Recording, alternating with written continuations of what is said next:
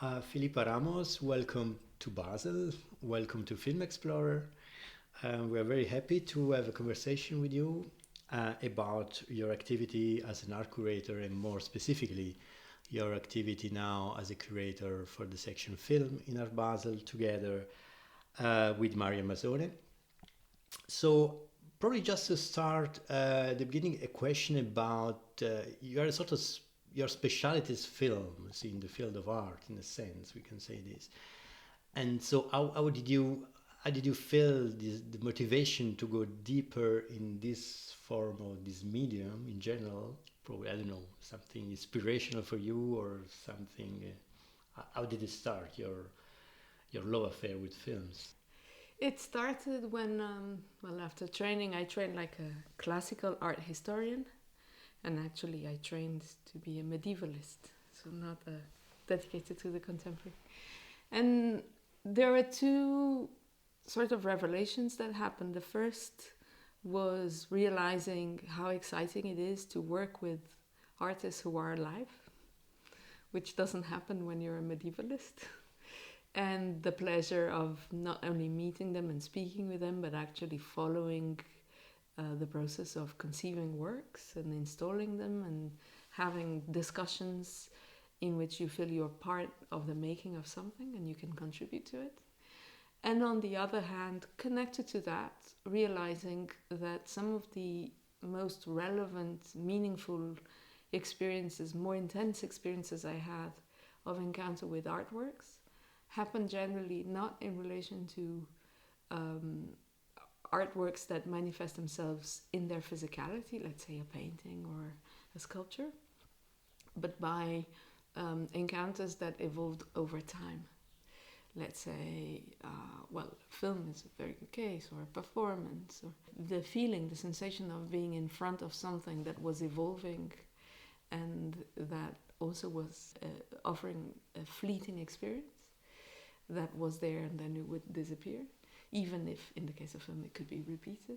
Just made me understand how important it is also to get to the thresholds of art where art starts dialoguing with other disciplinary and this transdisciplinarity, which I think is so much more diffused now, where there's such a profound dialogue with traditions of dance, of theater, of music, relationship to other disciplines, even outside of creative fields, such as those of science, for instance.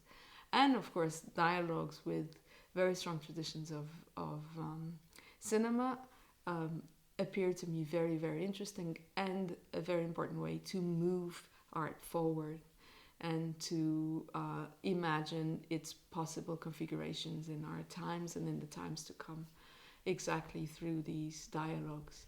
And very often what I found, interestingly, is that some of the ways in which cinema is being imagined happens in a very intense way when these imaginations are led through the hands of artists, in the sense that artists are really imagining the forms in which cinema can be watched, the spaces for cinema, but also the contents, twisting genres, playing with formats, playing with lengths, either very, very long or with shorter formats, and really pushing forward the cinematic canon towards other areas.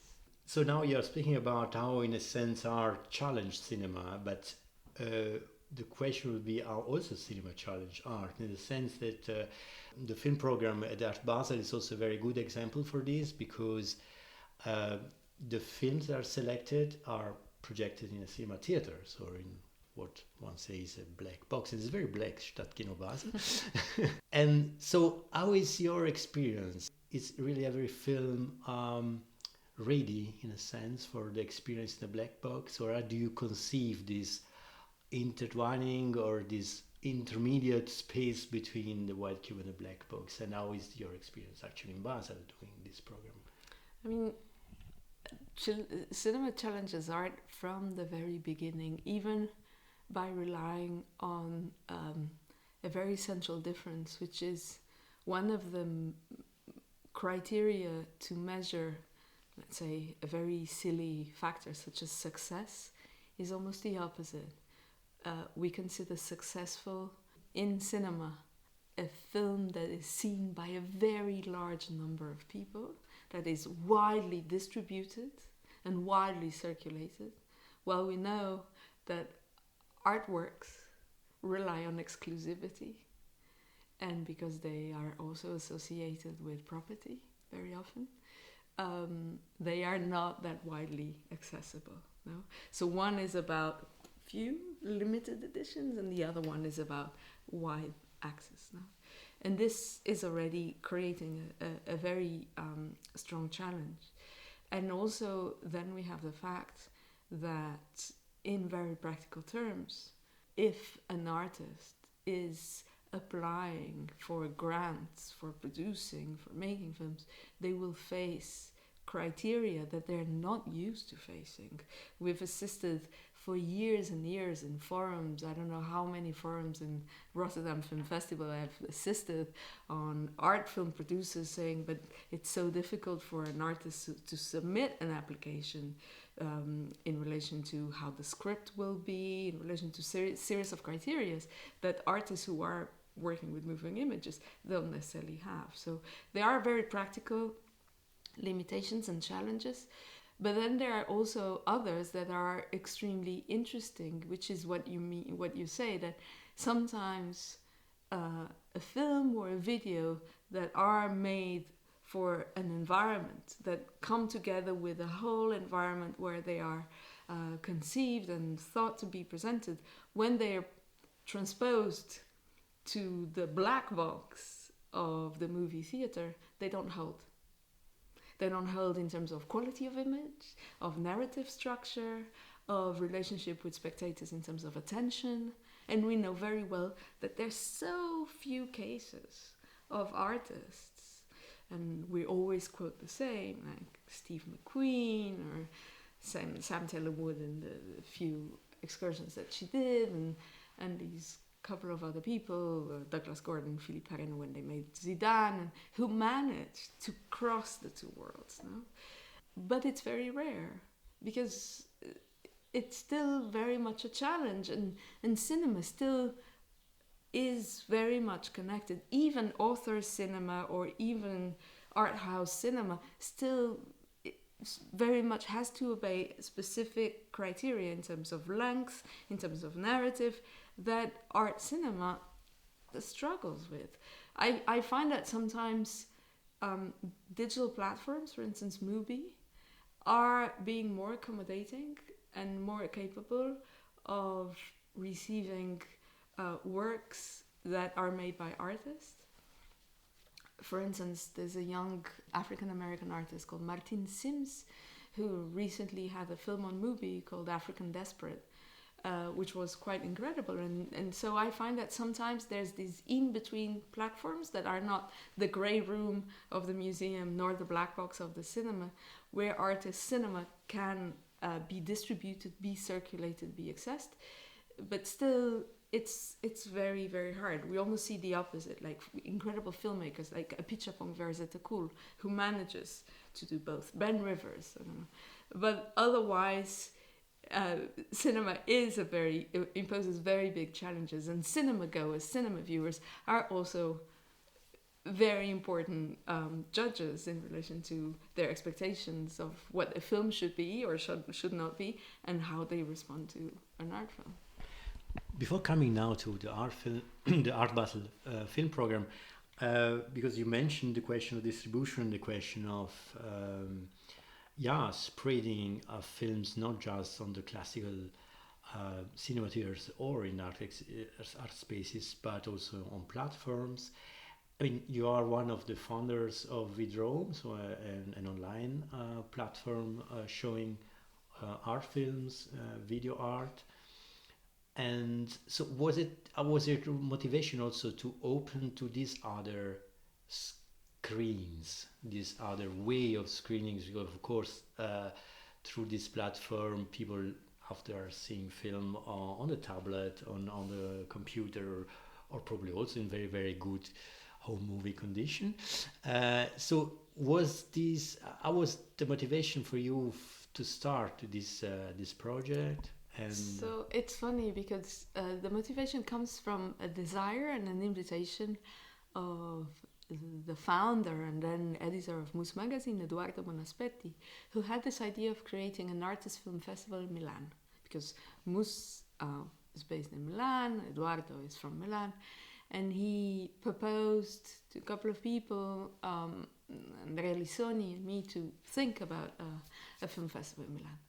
And at the time I was between London and Milan, and I felt a little bit frustrated by the fact that moving from a big city with so much cultural offer such as London to Milan, I felt that I was missing out on many museum shows, gallery shows, screenings, and I thought, why do I have to be in this city in order to have access to what is happening? And from here, together with Andrea and Edoardo, we had several conversations, and we thought, okay, let's use the best that this host, which is Mus Magazine, can offer, which is an outstanding distribution and circulation platform, to create a permanent film festival, and not a film festival rooted in one city, to allow people all over the world, regardless of where they are, they simply have to have an internet access, to be able to see works that very often took years to make, required plenty of funding, and then were showed in a museum, in a gallery, a couple of film festivals, and disappear. It's like, let's extend the life of these works, let's give them, let's extend the viewership of these works and show them like a cinema for 2 weeks in a row, and allow people like in the cinema not to have to register, to be anonymous, don't have, and even not having to pay, but just watch these works, knowing that very often they were not looking at the works in the cinema or in the space within which they were conceived, but watching them in a screen, which of course is different. It's as watching a reproduction of something. As you watch a film or movie, you know it's not the same as being in the cinema, no? Even if viewership is changing radically, and I think younger generations maybe are losing these distinctions, but of course the experience of immersion that the cinema gives or that an installation gives is uncomparable with that of the computer screen. But still, the idea was to assure the distribution, circulation, and the longer life of outstanding works that really deserve to be seen by as many people as possible. Already at this time, but now even more, the question is of accessibility is important, but there is another question that is more important, because the offer is so broad. Even on Vimeo you can navigate and find a lot of things. It's more a question, the plus value, I will say, of an offer online will be more the curation, the fact that you select these kind of films and not other films, and that you accompany them with a discourse. Is this also something that you feel more and more probably in the last years, where we don't stop to accumulate offers and to produce an enormous amount of moving images, films, etc.? That's for sure. Something we had very clear from the beginning was that we did not want to have films permanently accessible. We did not want to have an archive with the films. The website becomes the film and is there for a limited period of time, to not to reinforce this idea of permanent accessibility, and also of distraction and of the possibility of choosing, like, oh, I can watch this, I can watch this. No, you go to watch one film, which is what we're showing there. Also because at the same time as you're doing that, you're holding a machine that allows you to do so many other things, that is already a device for distraction and for simultaneous consumption. And so we wanted to reduce this by just becoming what we were. But also not just throwing these works in the internet, but presenting them with care, framing them, and doing this by being inspired by this very simple format that most film festivals do when they premiere a work, which is a Q&A. Having a short conversation between filmmakers, artists, and the person who's hosting them, who generally knows about the work, that allows viewers to know more about formal choices, relationships to sound, content and ideas behind it. So the idea is just, okay, we're not just throwing this, we're doing it with a conversation, and they go together. So if you want to know more, you have this possibility here. This is fundamental for us in a moment where, as you mentioned, there is too much.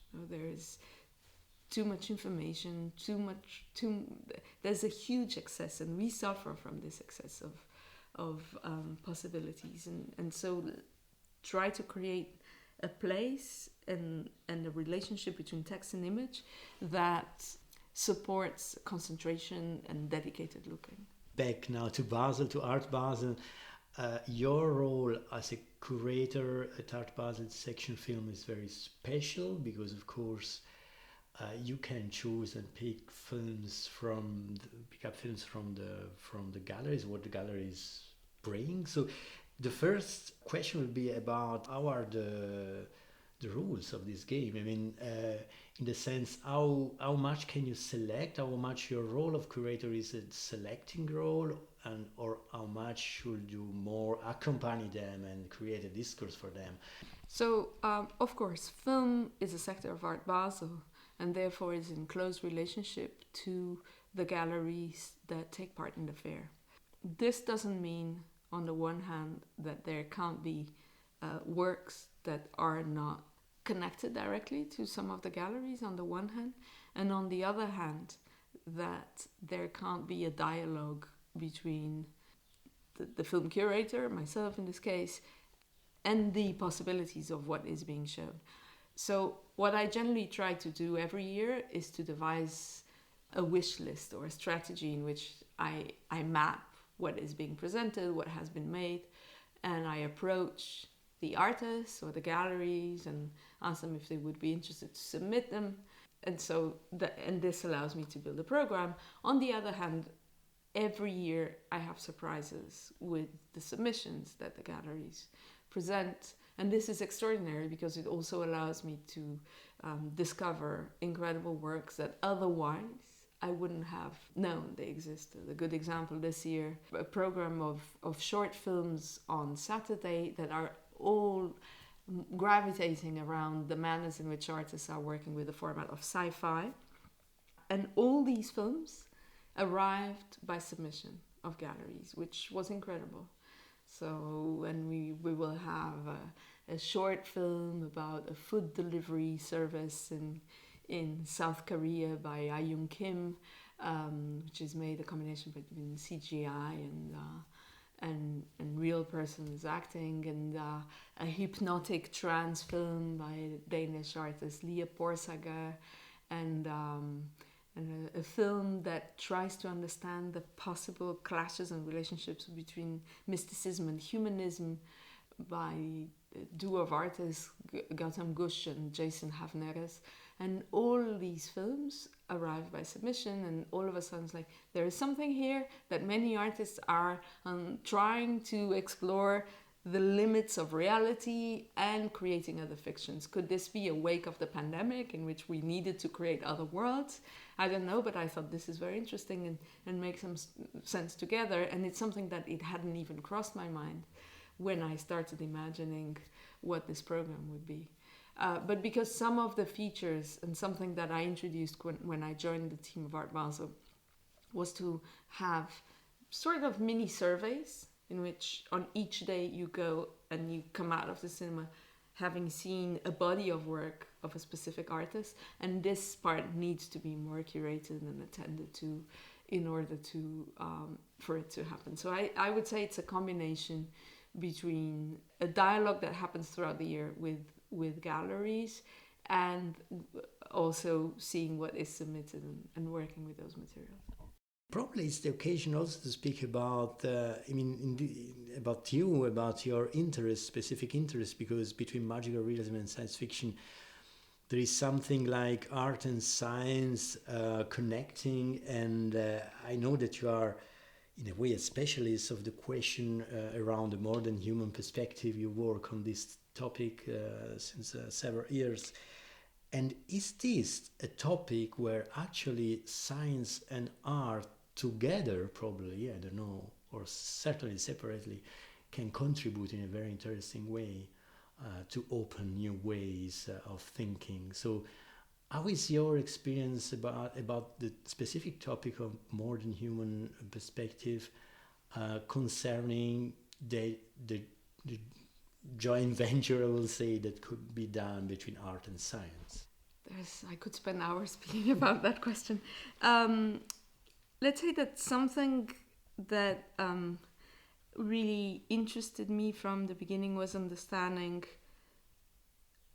how art could have a position in the world that we live in, and how it could engage with concerns that are mine, but that I think are also the concerns of our times. No? So that how art could play a role in attending to the times we live in.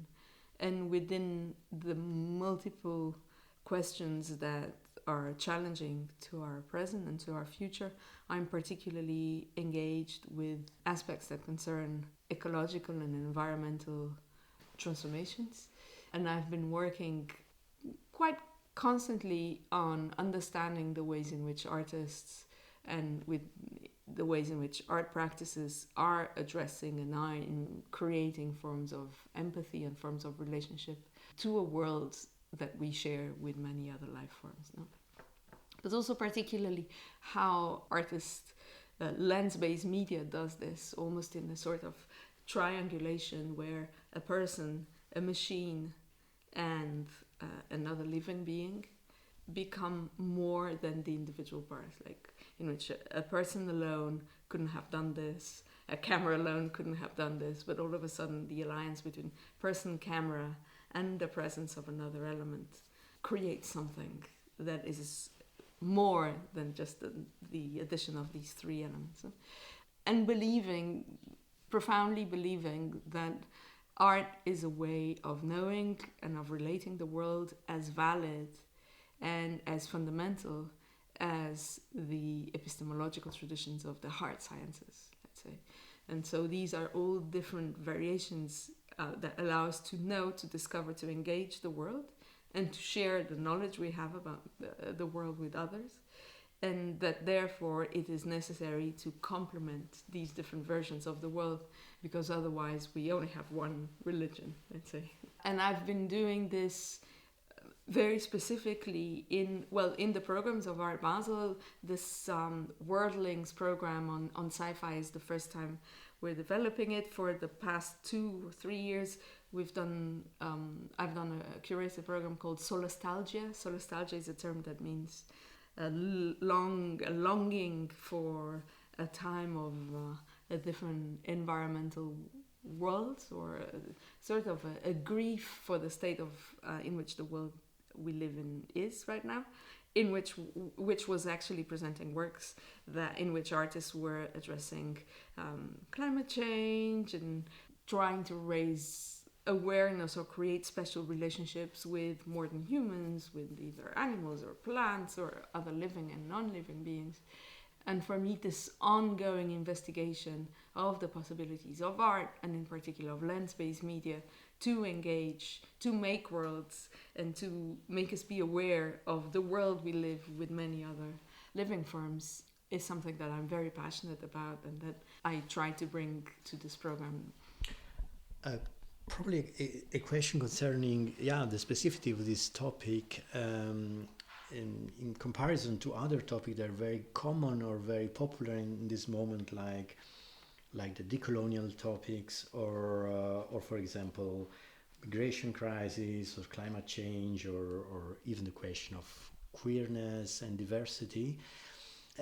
I think it's a good news that about this topic there is a sort of shared knowledge, and that they are very popular in art, and not only in art field. At the same time, do you feel a sort of competition within them, in the sense that, for example, for the specific topic of modern human perspective, is something that probably at the level of institutions is difficult to, or more difficult to propose or to defend in comparison with other topics like I mentioned the colonial or migration crisis. They are, I will say, more bound to a sort of solving problem attitude, that is because there is a problem to solve, And of course, with more than human perspective, there are also some problems to solve, but it's more like probably also queerness, more a visionary attitude that you need in order to explore this topic. So I do see this. More than competition, what I hope is for a true intersectional approach in which, and I think we're more and more starting to understand that social and environmental justice, at the end, they're deeply entangled.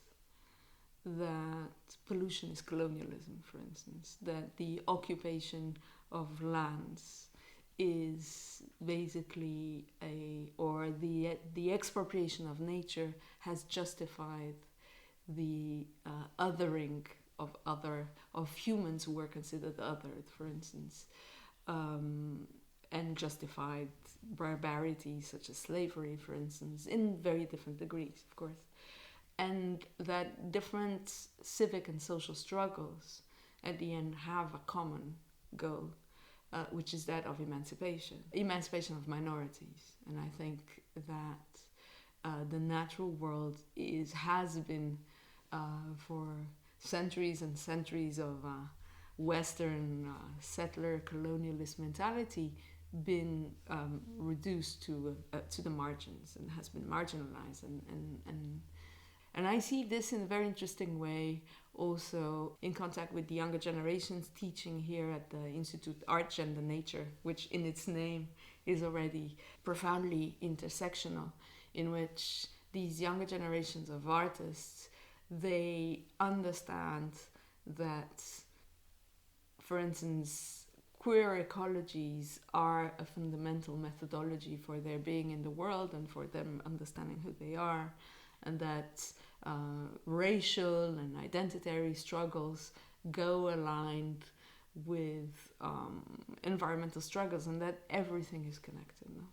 And so more than competition, what I also, because being a big fan of the first Darwin more than the way in which economy transformed the second Darwin into a justification for competition, I do believe that collaboration is the way forward. It's the way Lynn Margulis has taught us that life emerged through symbiosis and not through competition, and I do believe that the future is also symbiotic and not through competition. So I believe that it's by coming together with our goals and with our struggles, we have this common goal, which is to be able to inhabit in a fairer, better planet for all species, even if it's a very vague discourse. I profoundly believe in this, that it's only the union of these different claims that different persons embrace in very passionate ways that we manage to move forward. Yeah. Very happy of hearing of this, because we just started now in Berlin a residency was topics actually is focused exactly about the modern human perspective, and we will start in a few weeks actually a discussion on Film Explorer about this, starting with the text and then reacting about this text, and so we'll welcome you to join us in this discussion, of course.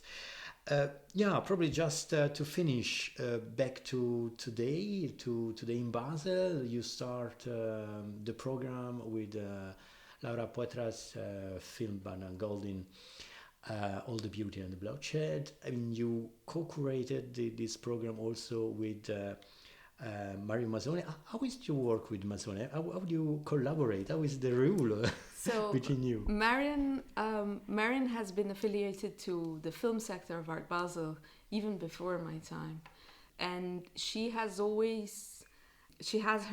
very specific field, which is, she generally presents one, and this year two, which is exceptional and amazing. Films not so much by artists, even if the case of Laura Poitras is particularly exceptional and gracious, but generally documentaries about artists. So there's generally one day in the week, generally on Friday or Saturday, where rather than having a film or a series of films made by artists, we have a portrait of an artist. Last year we had a portrait of Hilma af Klint, and this year we have these two film portraits, one of Nan Goldin and the other of David Hammonds. And so the dialogue with Marion is very interesting because it's also a transcontinental dialogue, because Marion is based in New York and she's very connected to the New York Film Festival and to the film festivals in the US. And we gently attune ourselves to what I'm working on and what she thought could be interesting to bring. And Marion, who comes from this tradition of documentary filmmaking, she's interested exactly in every year presenting a work that is a portrait of an artist. Yeah. So thank you very much, Filipa Ramos. We are looking forward to discovering the program here in Basel, at Art Basel, and also to meeting you next time to discuss more about these topics. Thank you. Thank you.